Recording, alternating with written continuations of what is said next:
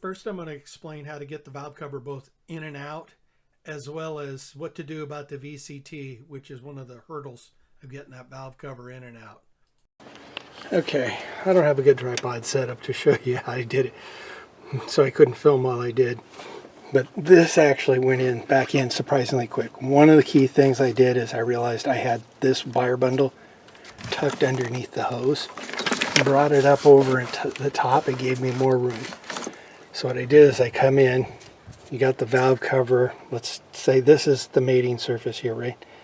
I brought it in like this, tilted it in, down, this had to push over, and popped it down, and then I was able to lay it back over and made it in. So essentially it's to get out, to get back in. Okay?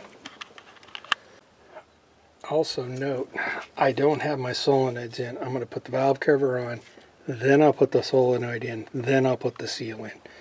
When I was pulling this one out, part of it was to get the valve cover up a little bit, because getting the seal didn't want to come loose with solenoid in the way. Undo this, so the solenoid, I was able to pull the solenoid out. That gave me extra room. Otherwise, you're trying to get the valve cover up like an extra 6 inches.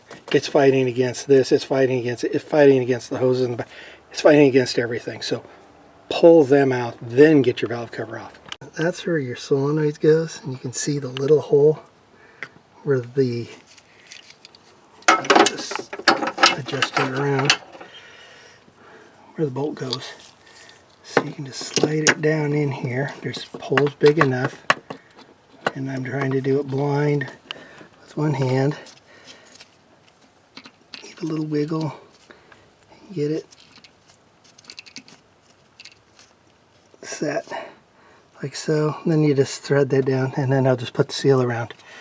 If it's all circular for yours, you may have a little difficulty, so you may have to lift it, put it on while with the valve cover loose in a way.